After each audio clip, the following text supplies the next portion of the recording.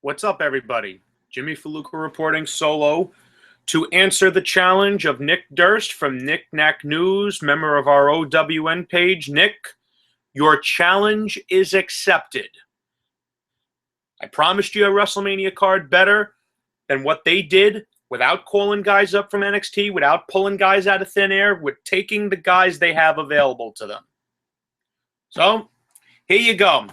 And this took me no more than 10 minutes.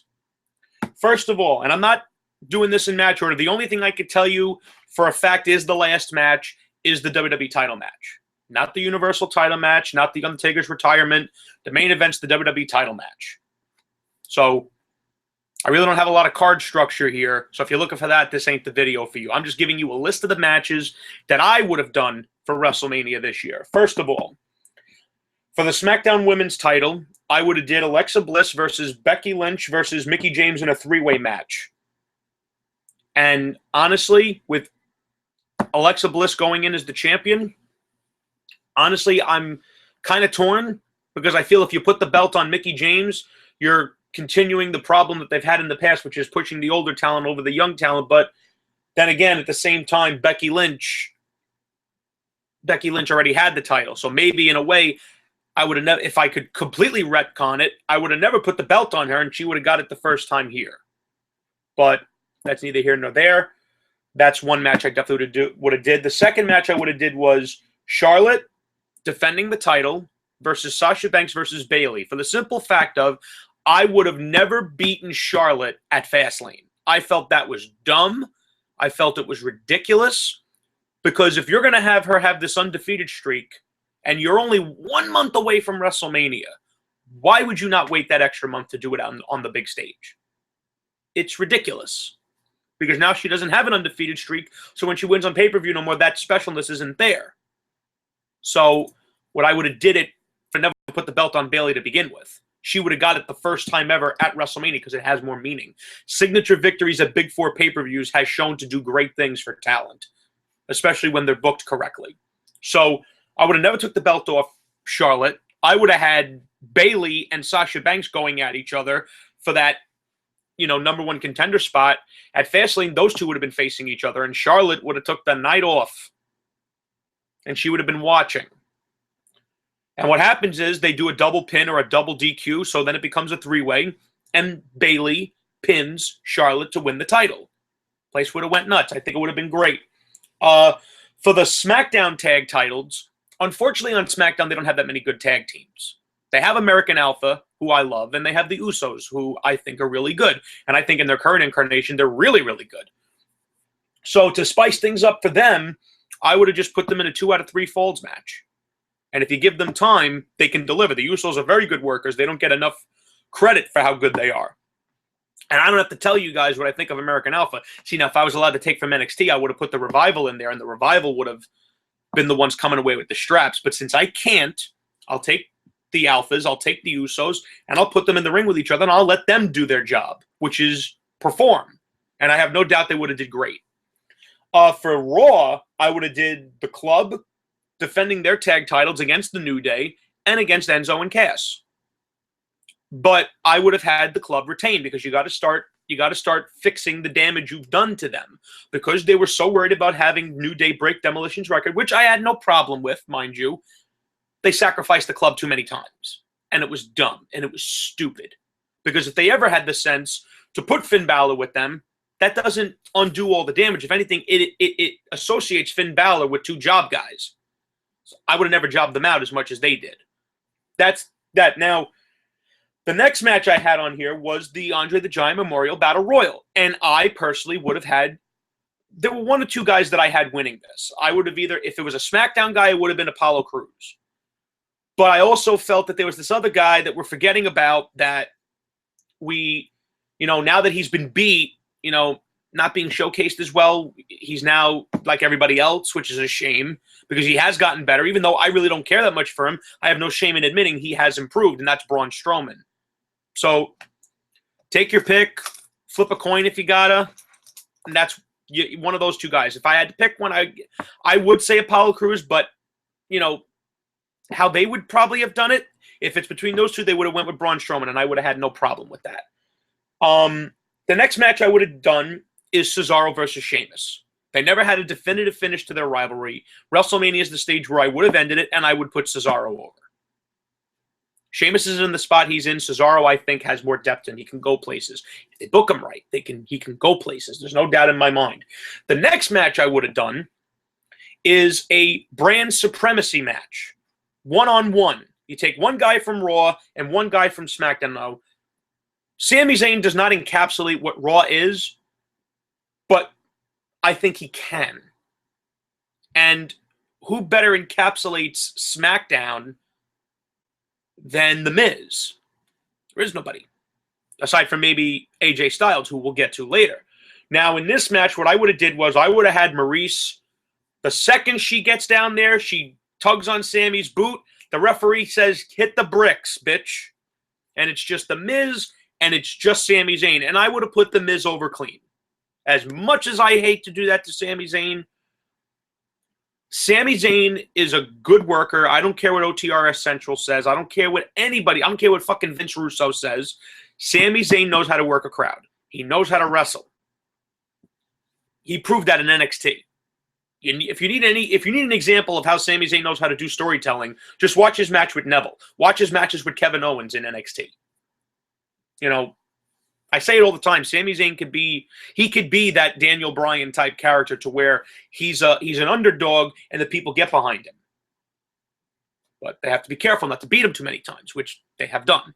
But in this particular match, I would have put SmackDown over Raw. I would have put The Miz over Sami Zayn. And considering how The Miz has improved himself, I feel he deserves it. And I do feel by the end of the year, he deserves to be WWE Champion. The next match I would have done is Bray Wyatt versus Randy Orton, but this ain't the no fucking WWE title.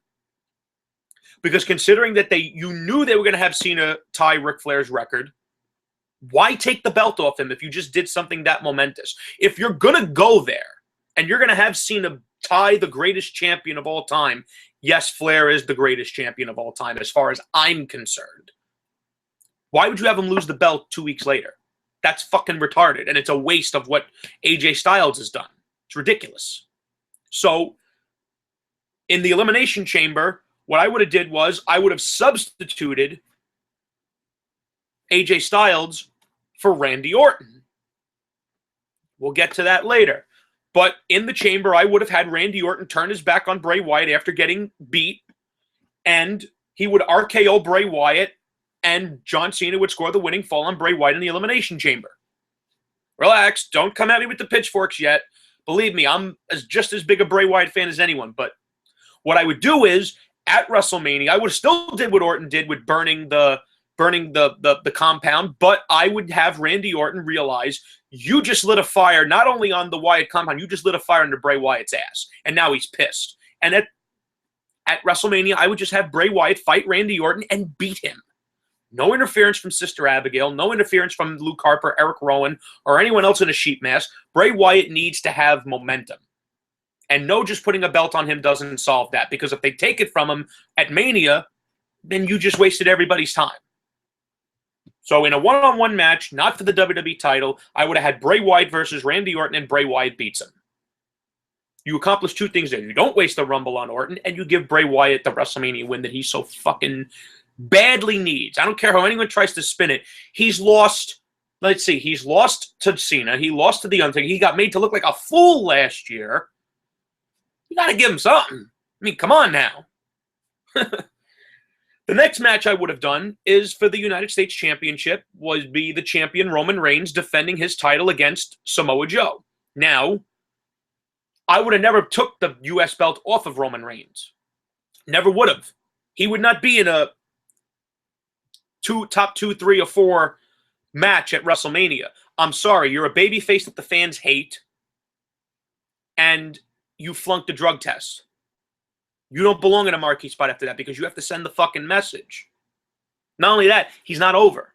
You do not put him in a prominent position when a babyface is getting viciously booed 80-20 reactions every night. And no, getting a reaction is not good enough, Nicholas. I'm sorry. I understand that you have that WWE Kool-Aid up to here and you think that just getting a reaction is good. It is not. It absolutely is not. When you're a babyface and the crowd hates your guts, the majority hates your guts, that's not good. So I would have put Roman Reigns in a championship match defending his U.S. title against Samoa Joe. And yes, I would have had Samoa Joe beat him. Because you need to try to get some of this heat off of Roman Reigns. You know, either make him lose a string of matches or turn him heel. And if you don't want to turn him heel, you got to make him lose. You got to make him lose where it matters. That's the key word, where it matters. And nothing matters more than WrestleMania. And quite honestly, considering how Samoa Joe made his debut and considering how fucking stupid WWE was to keep him in NXT for so long, that's what I would have did. You take the two Samoans, you have them beat the piss out of each other, and Samoa Joe doesn't choke him out. It takes 2 or 3, but he hits him with the muscle buster and he gets the fucking win. The next match I would have did is what they're doing. Baron Corbin versus Dean Ambrose for the Intercontinental Championship. But I would do it in a street fight. Because Dean Ambrose, you know, they call him the lunatic fringe. I really don't consider him that much of a lunatic. What does he do that is so fucking crazy? The craziest thing I could think of that he's done that I thought, oh my God, that's sick, was when he looked like he was making out with the barbed wire bat. That's the Dean Ambrose I want to fucking see. The psycho. So you put them in a street fight and you put Baron Corbin over. You put Baron Corbin over and you put the IC belt on him and you make him dominant. Just like Samoa Joe, you make him dominant. And I don't think anyone would have a problem with that. I mean, listen, not everyone has to fucking flip and kick.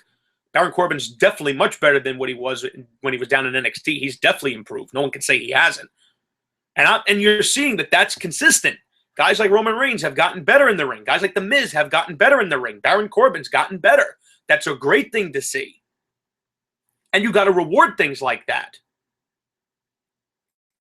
Barring certain circumstances, like not doing your job properly. Like if you're a babyface and the crowd hates you, you ain't doing your fucking job.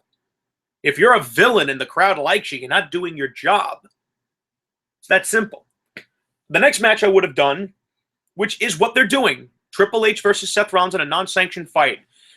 Barring that, now that we know Seth Rollins is, you know, he can wrestle because obviously they're gonna have the match. There's no doubt. What I would have did was exactly what Triple H did. You know, turning his back on Seth Rollins and all that. But what I would do is I would have the board of directors turn around and say, you know, Triple H overstepped his boundaries. He is not going to compete in an official match at WrestleMania because he's overstepping his boundaries. And what Triple H finds a loophole. Unsanctioned. We've had unsanctioned fights before. This match officially will never happen. But I'm fighting Seth Rollins.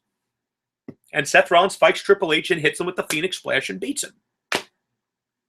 Triple H gains nothing by beating Seth Rollins. And everyone knows, they know, that I am a believer in the Hunter, the Hearst, and the Helmsley. Praise God. Thank you, OTRS. I love that shit. The God videos are great. But Triple H gains nothing by beating Seth Rollins. And Seth Rollins gains nothing by losing to Triple H. What does he get, the rub, brother? No. The rub is a fucking fallacy. It's a smokescreen. There's no such fucking thing as the rub. Whoever came up with that bullshit is full of it. The next match I would have done is Brock Lesnar versus Bill Goldberg. Yes, I'd still have the fucking match, but it wouldn't be closing the show. Why? Because no matter where they are on the card, they will draw the same amount of money that they would in the main event. No one's going to pay 1/4 less if Brock Lesnar and Goldberg are not the last match on the card. And anyone who says otherwise is out of their minds. Out of their minds. Do you actually believe that Brock Lesnar being in the final match affects his drawing ability? It absolutely does not. It does not affect his drawing ability. Just the fact that he's fucking there is the draw. So you don't need to put him in the last match. And you don't need to disrespect your locker room. You got to have some fucking respect for the guys that killed themselves all year. I'm sorry, but you do. You have to have some sense of pride, some sense of respect for the guys that don't see their families. Kevin Owens doesn't see his son. When's the last time Goldberg had to be away for an extended period of time from his kid? Come on now. That ain't right. That ain't fucking right. You put them in a loser leaves town match because Goldberg ain't sticking around, and you finally put Brock Lesnar over. Happy fucking days for Brock Lesnar. The next match I would have done is the match that should be one of the highlights of WrestleMania, is Kevin Owens versus Chris Jericho for the Universal title.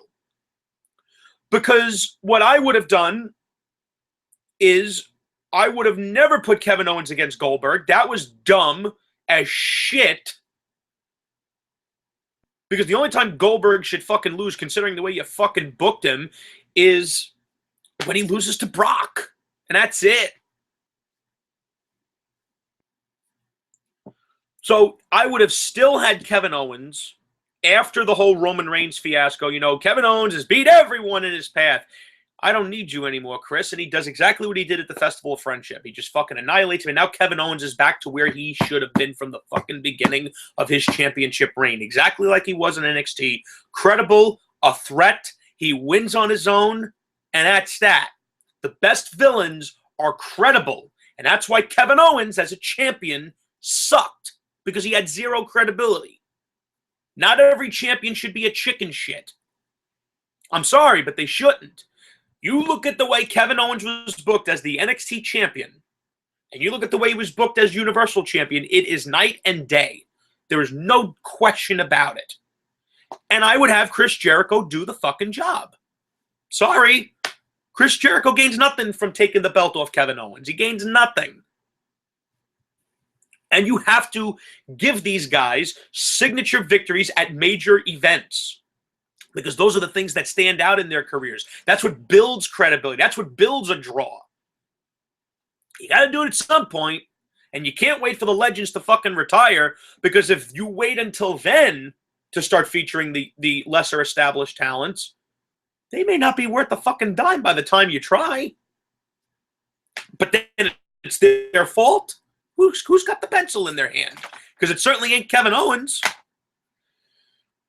And now we're getting to the second to last match that I came up with, which is difficult for me because everyone knows that I worship the ground that The Undertaker walks on. And it's going to suck for me when he leaves, which will be in about a week. But if you're going to have his last match, and you're going to promote it as his last match, which is what they should be doing, not just making light of it like it's any other match, because it is his last match, considering how much he's meant to the business, meant to the company, meant to the fans. You have The Undertaker fucking come out and say, this WrestleMania is my last. And whoever has the courage to be the last one to look the demon in the eye, I dare you to step into my yard. And that's where the demon does step up. Finn Balor was cleared from the day after the Rumble. Why is he not at WrestleMania? That is retarded. Why would you wait till the night after WrestleMania if he can perform? That is ridiculous. He is easily one of the best guys you have, and you hold him off the card? You stupid idiots. And who better for The Undertaker to have his last match against if it's not Sting, which it should have been at WrestleMania 31, but let's not get into that because then I'll blow a fucking gasket. If it's not going to be Bray Wyatt, since they already did the match, which would have made the most sense, the old face of fear loses to the new face of fear. You take the old demon and you make him lose to the new demon. It's that simple. It really is that simple. And the reason I find it believable is because, The Undertaker is broken down. Have you seen this poor bastard? No one loves him more than me. I sat in the fucking chair for 4.5 hours to get that done because I love The Undertaker. I have no shame in saying that. I don't care who makes fun of me, who makes jokes. That guy is my fucking hero in terms of being a character. My hero in life is my uncle because he's a firefighter. But The Undertaker is my childhood hero. That's the guy I looked up to. And considering what he has done for the wrestling business, he deserves the send-off of a fucking king. And who better to send him off than the Demon King? And what I would have done, you have Finn Balor approach The Undertaker in his human form. And he says, fine, I'll take you on. But at WrestleMania, what you do is this. You have The Undertaker make his entrance first because you're making a statement. You do this because you're making a statement that we are moving on with our business. We are putting our faith in these younger guys, these newer guys, whatever you want to call them.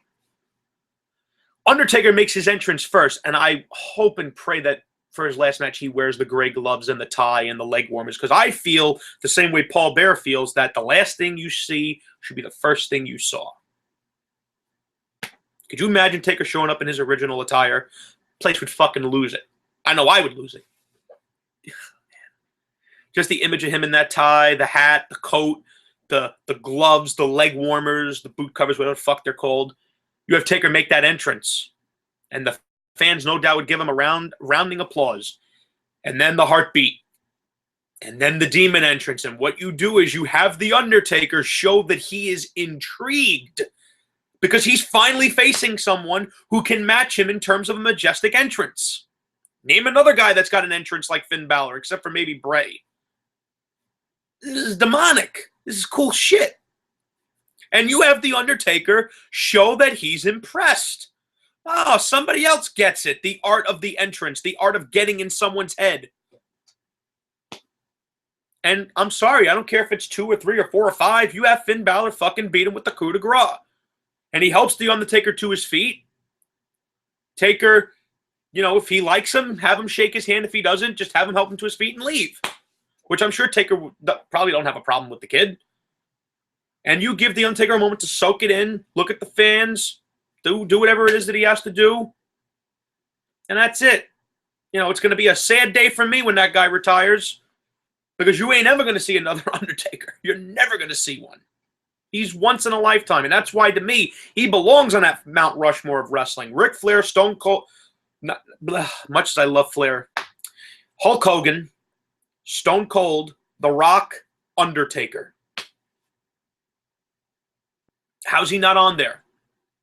And no, we're not talking about promoters, because then Vince would have to be on there, and Vern Gagne would have to be on there, and Vince Sr. would have to be on there. We're talking about just professional wrestlers. Stone Cold, Hulk Hogan, The Rock, The Undertaker. Taker belongs. He's in that discussion. And when he goes in the Hall of Fame, what a fucking speech. I have no doubt. To a nicer guy, it couldn't happen to be inducted in the Hall of Fame. And now you get to the main event. What should be the main event of WrestleMania 33. And I know most of my friends are going to think I'm fucking nuts because I'm putting the guy that I've hated for years in the main event. But in this situation, he belongs. Because you see, I don't let my personal feelings get in the way of what's right for business, what's right for the business. And in my main event, John Cena would be defending the WWE title against the winner of the Royal Rumble, AJ Styles. Because at the Royal Rumble, John Cena beat AJ. That was inevitable. I knew AJ was losing to Cena. I said it for weeks. The writing was on the fucking wall. I knew that Cena was going to get the last laugh, like he always fucking does. They haven't had a one-on-one match since. AJ didn't get his revenge. They're in different patterns now. Just like I said, because what does John Cena always fucking do? He always gets the last laugh. And when he doesn't, it's because of interference. He never loses a feud because he is not the better man. And no, it's not 2 separate feuds, Nick.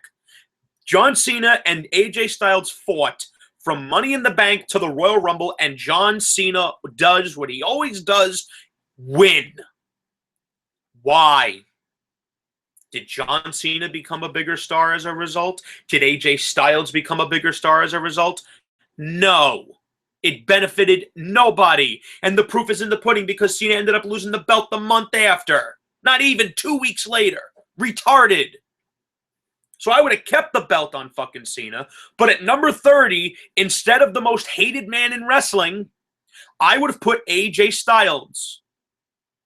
I still would have put Roman in the Rumble, because it's not fair to put AJ and not put Roman.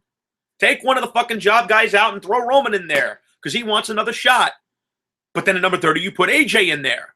And you have it come down to AJ and Roman gets pitched out, and AJ Styles wins the fucking Royal Rumble. He takes Elimination Chamber off because he wants to find out who his opponent is, and it's John Cena. Because remember, the Elimination Chamber match was for the title. But I would have kept it on Cena.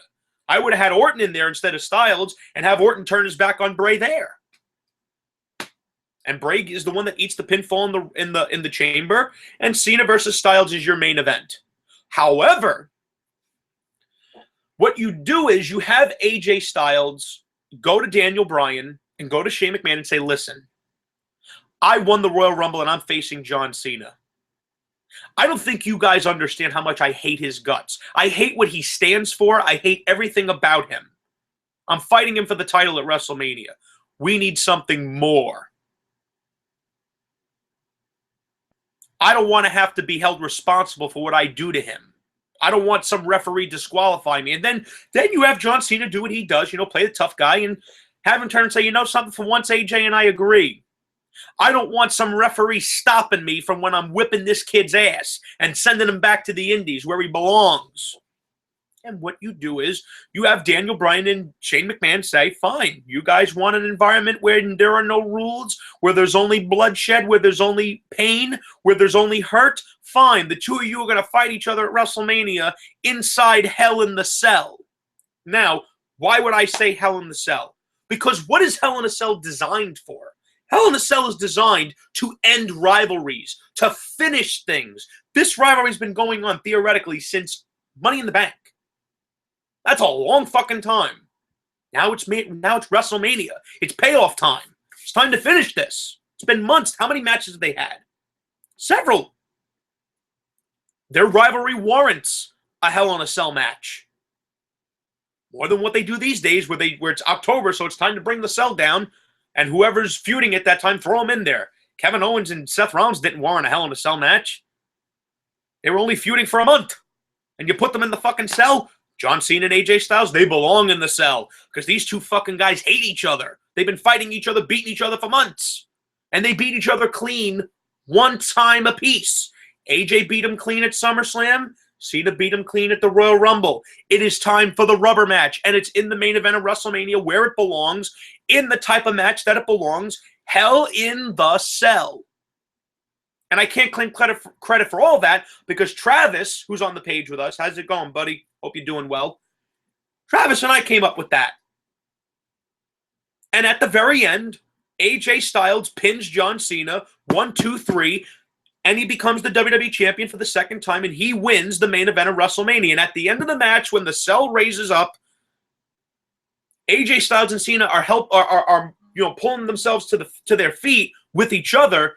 And when AJ has the belt over his shoulder, Cena looks at him, nods, sticks his hand out, and AJ shakes his hand. What do you accomplish? You accomplish several things. You end a really good rivalry the correct way, with the right guy winning, who can benefit from it, number one. Number two, you have a main event featuring two guys that killed themselves all year round, Cena notwithstanding because he was injured, and they're closing WrestleMania. That's two. Number three, you are turning AJ Styles babyface because it's been so clear for months the fans want to cheer this fucking guy. Why fight that? Why do you always have to go against the grain and go against the guy the crowd is behind? It's ridiculous. Not counting any of the part-timers who get a huge pop when they show up, AJ Styles is the most fucking popular guy in the company. I don't know what kind of reaction Finn Balor's going to get. Is he going to get one bigger than AJ? I don't know. But as of this moment, no one's more popular than AJ. And no one's put in better matches than AJ. No one's worked fucking harder than AJ. Granted, they all work hard, but AJ's been outperforming everyone since he showed up. How do you not reward that? And that's what my WrestleMania would have been. And now I'm issuing the challenge. To anyone that looks at this video, don't just hit the fucking dislike button like a schmuck. Counter me. Give me a better card with the guys that are available. You're not pulling Shawn Michaels out of thin air. You're not taking Sting out of retirement.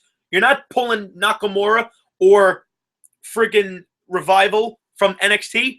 Make a better card than what I just did. I welcome it. So, Nick, your challenge has been answered. It's been accepted. I'm posting this on the page in about 10 minutes. Travis, I'm sure you're friggin' flipping with all the shit I just said. Travis and I love fantasy booking. But if you really think about it, not a single match I just made wouldn't have made sense and wasn't probable. And they were all results that were realistic. We didn't have fucking Hornswoggle beating the Great Khali. This was all shit that made sense. And anything that didn't, please let me know and explain to me why. Don't just tell me something was stupid and then don't tell me why. Give me a reason. Because if I have a flaw in my logic, I'd like to know about it. So, fellas, there's your video. Nick, hopefully all your questions have been answered. And to quote the words of Dave Bautista from WrestleMania 23, after his incredible show-stealing match with The Undertaker, follow that.